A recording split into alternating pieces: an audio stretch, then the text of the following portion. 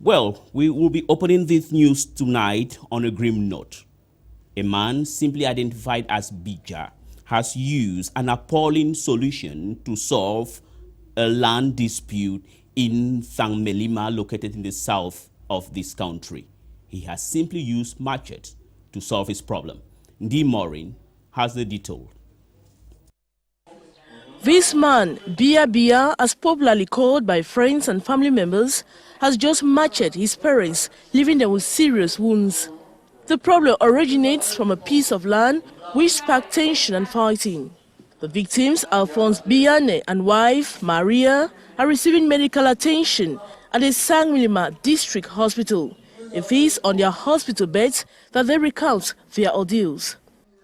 La première fois, Bicha est venu, il m'a battu, il m'a donné. The first time Bitia came and beat me up with a machete. His lordship said we should not file complaint against somebody. He treated me. This morning he sent Bia to his uncle's place. Since 1979 he has been there. He beat my mouth after stolen things. So I went and saw the state prosecutor. Sources hold that the uncle is at the center of the misunderstanding. He is said to have told the brother's son to reclaim his own portion of the family land. The accused, Bia is being detained. He will certainly help security forces to unravel the truth on the matter. 12 stolen vehicles have been recovered by the Gendarmerie Legion of the Center region. How did the Gendarmerie in this part of the country decide or proceed to have such a feat? Joel Dumbo has the details. A car with a wrong chassis number, a default key factor to say it was stolen. Factor which enabled element of the Central Region Gendarmerie Legion to recuperate 11 other vehicles of different brands. Vehicles that have been stolen from the different towns in Cameroon, Yaoundé, Douala particularly. When they are stolen, they are taken to the various localities in the countryside where they are sold at very cheap prices. 12 cars with either welded chassis, cut chassis or wrong chassis numbers. Today, all hinge at the parking yard of the Yaoundé Gendarmerie Legion. Vehicles recuperated in Bachenga, Leke Division in the hands of these retailers. As to the authors of the infamy, they are still on the run, but their strategy no longer a mystery. When these vehicles are either seized or stolen in different towns, they are taken immediately to certain to garages where they are transformed. Either the colors are changed, the immatriculation number is changed, the chassis number also is changed, and they establish papers that can permit them to travel. So when they control them in our different checkpoints, they discover that they have regular documents, they allow them to pass. We went to the transport office and they came out with the real chassis numbers of these vehicles. Owners of these 12 vehicles are now awaited to answer present at the Gendarmerie office with all necessary identification documents to be in possession of their cars. Fire has razed a building in the Forever neighborhood here in Douala. Forever is located in Bonaberi. But what was the cause of the inferno? Once again, Ndi Morin has the details. Shock and panic gripped the Foresba neighborhoods in Cameroon's economic city Douala. A house has been razed by wildfire whose origin is yet to be established. Following reports, the fire broke out at about 8:30 p.m. Wednesday. Though no human life was lost, enormous material damage was recorded. Witnesses suspect the fire must have ignited from a short circuit. The masking not be balanced for the meeting. That way at the come back, we see the smoke very far. I see them. Then I come for this. My friend can leave me for this school. I say population they come, they do run plenty. I say how? What did happen for my compound? Me too I start for pin for run. So as I come only for my junction here, I see people they don't plug, they carry water, Inhabitants say electricity cuts are rampant during the day, and at times they go for days without electricity. The population have equally frowned at the dilapidating nature of some electric poles in the area and a haphazard connection of electricity, which most often cause power failure. They have called on NAO to act and on time. Those are occasions that we think CERAC, which is the Circle of the Friends of Cameroon, will have an opportunity to come to their aid as they celebrate their 23rd General Assembly and also 20 years of humanitarian actions in Cameroon. And the 23rd General Assembly was an occasion to evaluate the progress made thus far and also plan for the future, precisely 2016. For details, Beatrice Ngamo has more from your.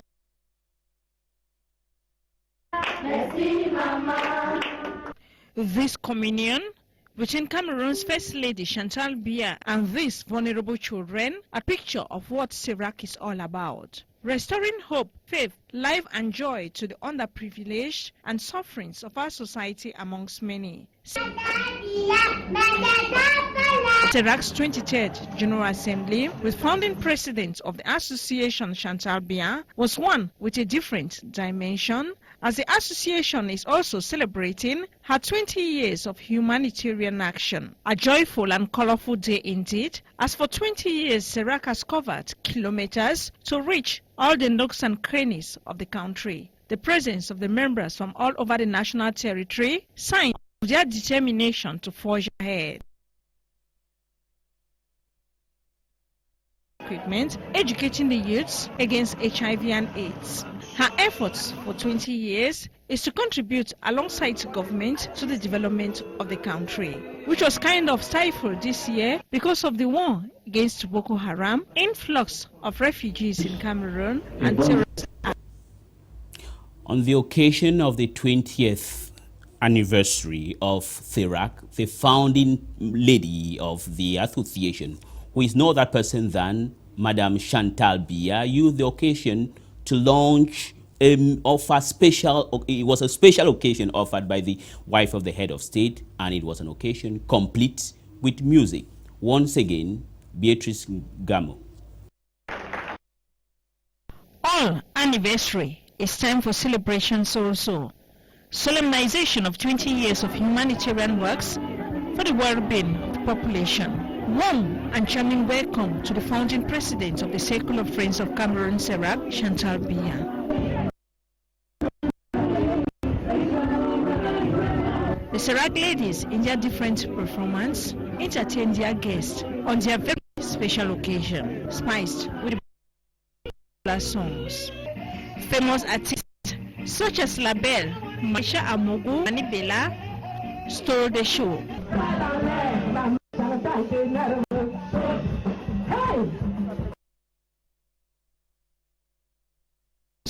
Bride price ceremony in the Grand South, covering the center, east and south regions. Marriage in the northern region, the Adamawa, north and far north, that often runs for 8 days.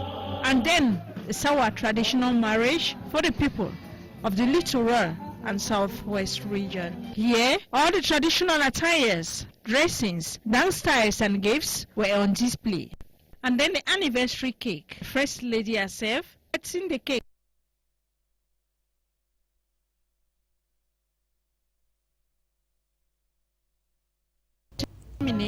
And Rank 172 on the World Bank Doing Business Index, Cameroon's economy is limping on a clay leg. This revelation was made by the president of the Cameroon's Businessmen's Association, Andre Futsu, during the 121st ordinary session of GCAM, as he reviewed the 2016 economic situation of Cameroon. Henry Kejang Atembe was there and brought back this report. The Cameroon Businessmen Association, GCAM, has revealed the gloomy nature of Cameroon's economy and the rugged pathway to emergence. Reviewing the 2015 economic landscape, The president of the Cartel of Businessmen, Andre Fosso, presented a disappointing economic situation the Central African sub-region is going through. This was during the 121st Ordinary Session of GICAM's General Assembly. Growth rate dropped from 3.2% to 2.8%, caused by a fall in the price of petroleum products and a drop in public investment. The economic situation in 2015 was further complicated by the war in the Central African Republic and the lack of political and diplomatic will by leaders of the sub-region to facilitate free movement of goods and persons. Despite limping on clay legs, some sectors, according to Andre Fosso, made positive strides and harvested remarkable gains. These include public works, construction, bank and finance, insurance, infrastructural development, and telecommunications. With a growth rate below 3%, CEMAC member countries or the economic communities of Central African State have been told to sit up and build a strong common market that can stand and compete with the tripartite free trade area, currently known as the biggest common market in Africa. It is made up of the economic community of East African State, COMESA, and SADC. Henry Kejang Atembe looks at the challenges of CEMAC vis-a-vis the largest trading bloc in Africa, which has a population of over 600 million citizens. Countries of the CEMAC zone will not find it easy with the creation of a new economic bloc called the Tripartite Free Trade Area, grouping 26 countries from Cape Town to Cairo.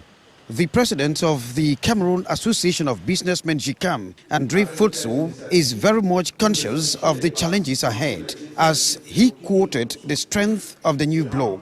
Comparing it with CEMAC, the Tripartite Free Trade Area counts 600 million inhabitants drawn from the three largest economic communities in Africa, while CEMAC counts only 30 million people.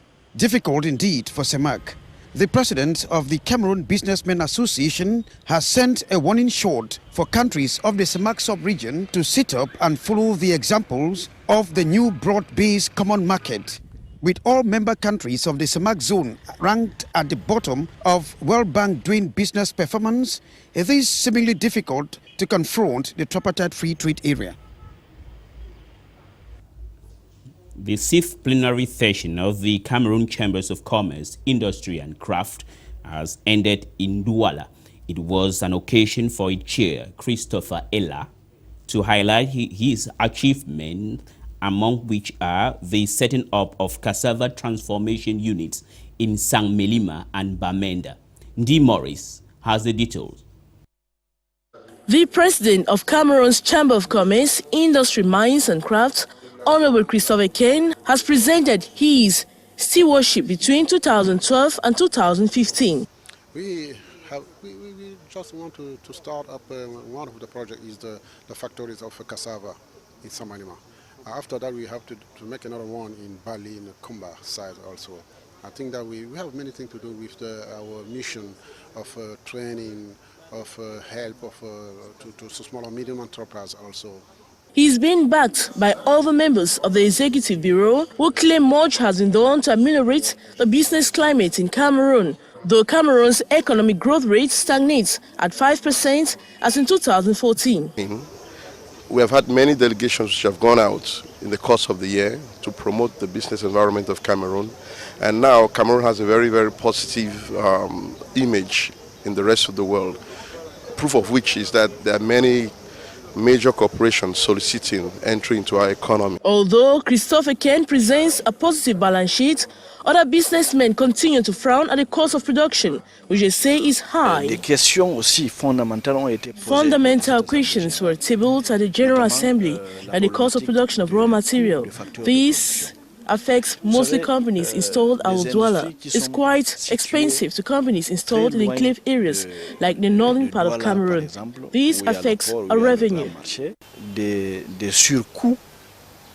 president of Cameroon's Chamber of Commerce, also presented his 2016 vision, which will constitute bringing businessmen closer to bank credits, creation of trading and engineering schools in response to problems linked to professionalization and competencies, and also the vulgarization of results of research as concretized by this partnership signed between the Ministry of Scientific Research and Cameroon Chamber of Commerce.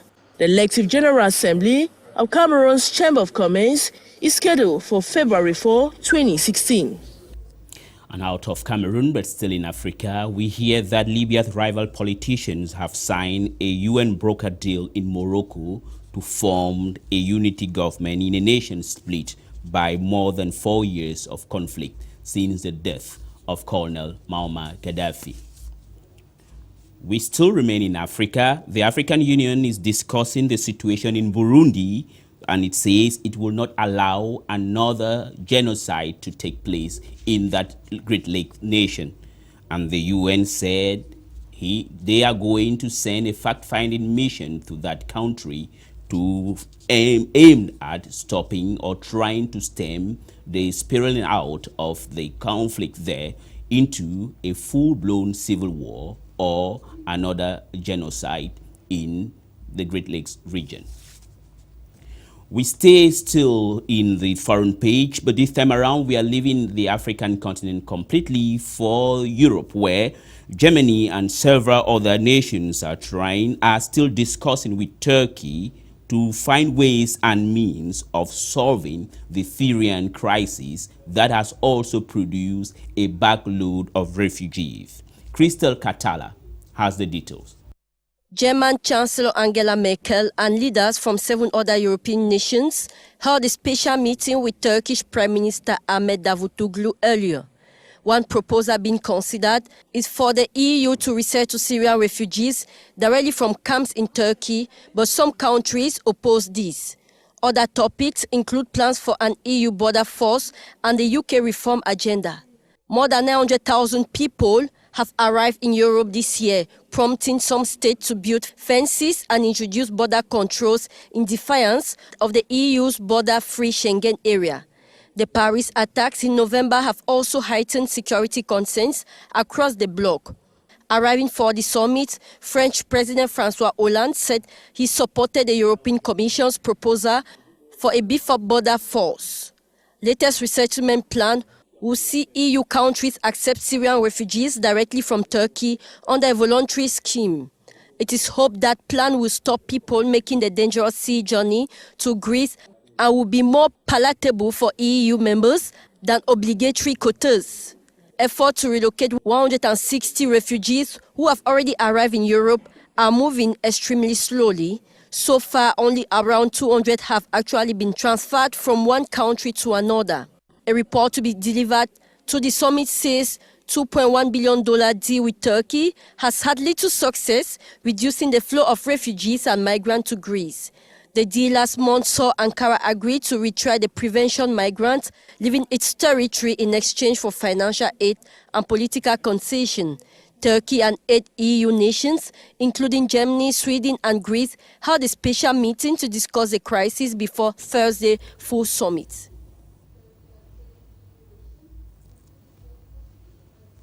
It is on that note that we are coming to the end of our newscast here on Canal de English. Tomorrow is another day, God willing.